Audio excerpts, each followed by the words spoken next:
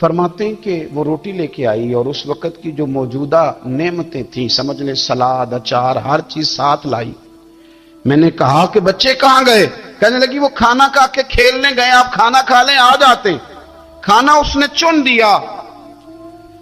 میں نے حیرت انگیز لہجے میں ساری نعمتیں اپنے دسترخوان پہ دیکھ کر کے بیوی سے پوچھا یہ کہاں سے آیا کھانا؟ بچوں کو تو نے کہاں سے کھانا کھلایا؟ یہ سارا کچھ کیسا ہے؟ تو کہنے لگی پتہ نہیں آج آپ کس کریم کی مزدوری کرنے چلے گئے تھے، پتہ نہیں کس کریم کی، میرے گھر میں تو اتنی نعمتیں آئی ہیں کہ مجھ سے سنبھالی نہیں جا رہی، اتنا اناج ہے، اتنا گندم ہے، کس کریم کے دروازے آج چلے گئے تھے؟ یہ کہتے کہتے وہ اٹھی اور اٹھ کر کے کہنے لگی پہلے ہی بڑا کچھ آیا تھا، اب کیا لے آئے ہو؟ اور جا کر کے نا اس نے وہ ریت والا رومال کھولا، کہنے لگے میں تو لے کے آیا تھا ریت، تو میرے رب نے اسے بھی سونے اور ہیرے بنا دیا تھا۔ جب آپ کی توجہ اللہ کی جانی، میرے نبی پاک صلی اللہ تعالی علیہ وسلم نے فرمایا ہر چیز اپنے رب سے مانگ، ہر چیز مانگ، ہر چیز مانگ۔ یا رسول اللہ کیا کچھ؟ میرے محبوب نے فرمایا تیرے گھر میں نمک بھی ختم ہو جائے تو وہ بھی اپنے رب سے مانگا کر، تو مانگنا وہ تجھے دے گا، تو اس کی بارگاہ میں کشکول طلب دراز تو کرنا۔ اور ترمذی شریف میں عجیب لفظ ہیں، رسول کائنات نے فرمایا، رب کریم فرماتے ہیں جب میرا بندہ ہاتھ اٹھاتا ہے نا تو مجھے حیا آتی ہے کہ میں خالی کیسے لوٹا دوں اس کے۔ اتنے بڑے بادشاہ کی بارگاہ میں، او بھائی لوگوں سے عزتیں تلاش کرتے ہو تو وہ کیا تمہیں عزت دیں گے؟ وہ تو کل اچھا کہتے ہیں پرسوں برا کہنے لگ جاتے ہیں۔ لوگوں کے سامنے گڈ بک میں آنا چاہو گے تو وہ تو سویرے تمہارے بارے میں کچھ کہیں گے، شام کچھ اور کہیں گے۔ اپنی روحانی زندگی آباد کریں، اپنے مسلح کو وقت دیں، اور دنیا سے چھپ کر اس موبائل کو بند کر کے اور اپنے آپ سے بھی چھپ کے اور تنہا ہو کے چھپا کے سارا کچھ اپنے آنسو اپنے رب کی بارگاہ میں پیش کریں، اس کے حضور حاضری دیں۔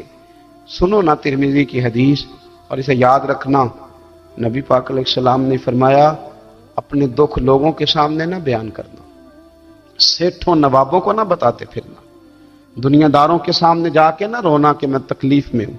فرمایا اگر دنیا داروں کو دکھ بتاؤ گے رب تمہیں کبھی غنی نہیں کرے گا، اور لوگ ہیں کہ الٹا مذاق اڑائیں گے۔ آپ کی جس سے بڑی پکی یاری ہے نا، پکی، وہ تب تک پکی ہے جب تک آپ نے 50,000 مانگا نہیں، اور جس وقت آپ نے کہہ دیا کہ میں مجبور ہوں میری مدد کر تو پھر ختم ہو گئی دوستی۔ لوگوں کی تعلقات آپ کے ساتھ تب تک ہیں جب تک آپ ان سے کوئی ضرورت وابستہ نہیں کرتے۔ کریم محبوب فرمانے لگے بندوں کے سامنے دکھ نہ بیان کرنا، اللہ تجھے کبھی غنی نہیں کرے گا۔ تو اپنے دکھ اپنے رب کو بتا، تو دعائیں مانگ، تو اس کی بارگاہ میں حاضر ہو، تو اس کے حضور عرض کر۔ فرمایا اپنے دکھ اپنے رب کو بتا، وہ جلدی کرے یا دیر سے کرے تجھے ساری دنیا سے بے نیاز کر دے گا، تجھے کسی کا محتاج نہیں رہنے دے گا۔ اپنے مسلح کو، اپنی دعاؤں، ایک بزرگ فرماتے میں نے دعا مانگنے کا طریقہ اپنی بیوی سے سیکھا، دعا مانگنے کا طریقہ اپنی، سیکھنے والے تو اپنے بچوں سے بھی سیکھ لیتے ہیں، سیکھنے والے تو ہر ایک سے سیکھتے ہیں۔ وہ کہتے ہیں میں نے دعا مانگنے کا سلیقہ اپنی بیوی سے سیکھا ہے۔ حضرت وہ کس طرح؟ فرمانے لگے میری بیوی نے نا مجھے کوئی کام بتایا، کچھ پیسوں کی ضرورت کے لیے کہا، تو میں نے اسے کہا کہ بھئی ابھی میرے پاس نہیں ہے، کچھ دنوں میں آتے ہیں تو میں دے دوں گا۔ عورتوں کی عادت ہوتی ہے وہ بار بار یاد کراتی ہیں، 2-4 دنوں کے بعد پھر اس نے کہا حضرت وہ میں نے کہا تھا کچھ پیسے، میں نے اسے کہا کہ ابھی میرے پاس نہیں ہے، کچھ دنوں میں ملتے ہیں تو میں تمہیں دے دوں گا۔ اس نے کچھ دنوں کے بعد پھر کہا حضور وہ میں نے کچھ پیسے کہے تھے۔ فرماتے میں نے ڈانٹ دیا، میں نے کہا کہ کیا تو روز مجھے شرمندہ کرتی ہے، کہا نا میرے پاس نہیں ہے، ہوں گے تو دے دوں گا، تو روز یاد کراتی ہے۔ فرماتے ہیں اس نے پہلے تو میری ڈانٹ کو سہا، پھر میرے سخت جملوں نے اس کی آنکھوں میں آنسو پیدا کر دیے، پھر اس نے اپنے آنچل میں اپنے اس دکھ کو سمیٹا، اور پھر اس نے ایک جملہ کہا تو میں رو پڑا، اور مجھے اپنے رب سے مانگنے کا طریقہ آ گیا۔ مجھے کہنے لگی حضرت جی آپ نے ڈانٹ دیا، میں نے سہ لیا، پر آپ ہی میرے شوہر ہیں، بتائیں نا آپ سے نہ کہوں تو میں کس سے جا کے کہوں۔ فرماتے ہیں میں رو پڑا، اور میں کھل کے رویا، اور میں تڑپ کے رویا، اور پھر میری سسکیاں بند گئیں تو مجھے کہنے لگی آپ کو کیا ہوا؟ میں نے کہا مجھے بھی دعا مانگنی آ گئی ہے. جب میں اسے کہوں گا نا اللہ تو ہی میرا رب ہے، میں تجھ سے نہ کہوں تو میں کس سے جا کے کہوں؟ میں کیوں کسی بندے سے سوال کروں؟ میں کیوں کسی دنیا دار سے کہوں؟ میں تیرے بندوں کا، نیک بندوں کا وسیلہ لے کے، تیرے محبوب کی غلامی لے کے تیری بارگاہ میں آیا، تجھ سے نہ مانگوں تو کس سے مانگوں؟ سمجھ آ گئی ہے؟ جب میں اس رنگ میں مانگوں گا تو پھر رب میرے اوپر بڑا ہی فضل فرمائے گا، وہ میرے اوپر بڑی رحمت کرے گا، وہ میرے لیے آسانیاں کرے گا. عزیز دوستو، ہم اس طرح کرنے لگ گئے ہیں کہ ہم نے نا اپنے تعلقات پر اعتماد کرنا شروع کر دیا ہے. میرے تعلقات بہت ہیں. ہم نے اپنی دولت پر اعتماد کرنا شروع کر دیا ہے. میرے پاس دولت بہت ہے. ہم نے اپنے علم پر، اپنی شہرت پر اعتماد کرنا شروع کر دیا ہے کہ میرے پاس فلاں چیز بہت ہے. یاد رکھنا، جب بے نیاز اپنی صفت بے نیازی دکھاتا ہے تو بڑی بڑی دولتوں والے مجبور نظر آتے ہیں. بھائیو، جب انسان کا رشتہ اپنے مالک کے ساتھ ہوتا ہے پھر تو غم بھی کچھ نہیں کہتے، پریشانیاں بھی کچھ نہیں کہتی، پھر تو زندگی صبر والی، پھر تو زندگی توکل والی، پھر تو زندگی بھروسے والی. پھر انسان اپنے آپ کو رسوا نہیں کرتا. دنیا داروں سے امیدیں اس کی ختم ہو جاتی، امیدیں اللہ رسول سے لگا لیتا ہے، مضبوط ہو جاتا ہے، مضبوط، طاقتور ہو جاتا ہے، خوددار ہو جاتا ہے، باوقار، باعزت ہو جاتا ہے. حضرت بہلول دانا رحمت اللہ علیہ بیٹھے تھے تو ہارون رشید حج کر کے آ رہا تھا. تو رستے میں حضرت شیخ سے ملاقات ہو گئی تو السلام علیکم کے بعد کہنے لگا حضور کوئی حکم ہو تو بتائیے گا. تو حضرت بہلول دانا فرمانے لگے تیرا رب کون ہے؟ اس نے کہا اللہ. تو فرمایا میرا کون ہے؟ کہا اللہ. فرمانے لگے تو بڑا ہی بیوقوف ہے، کیا تو یہ سمجھتا ہے کہ رب ہارون رشید کو تو دے گا اور بہلول دانا کو بھول جائے گا؟ تیرا بھی وہی رب ہے، میرا بھی وہی رب ہے. اس نے اگر تجھے دے کے آزمایا ہے تو ہو سکتا ہے مجھے نہ دے کے آزما رہا ہو. جب اس کی حکمت کے تقاضے ہوں گے تو عطا کرے گا اور دے گا. تو جا اپنا کام کر. بھائی، اپنی روحانی زندگی، اپنی عبادات، اپنے وظائف، اپنے روزمرہ کے معاملات، اپنی دعائیں، اپنا استغفار. دیکھو کوئی مشکل کام تو نہیں، 2 رکوع ہیں سورہ واقعہ کے، اگر رات کو پڑھ لی جائے تو. میں کس طرح یہ بات بیان کروں کہ تعویذ بانٹنا آسان ہے اور وظیفہ بتا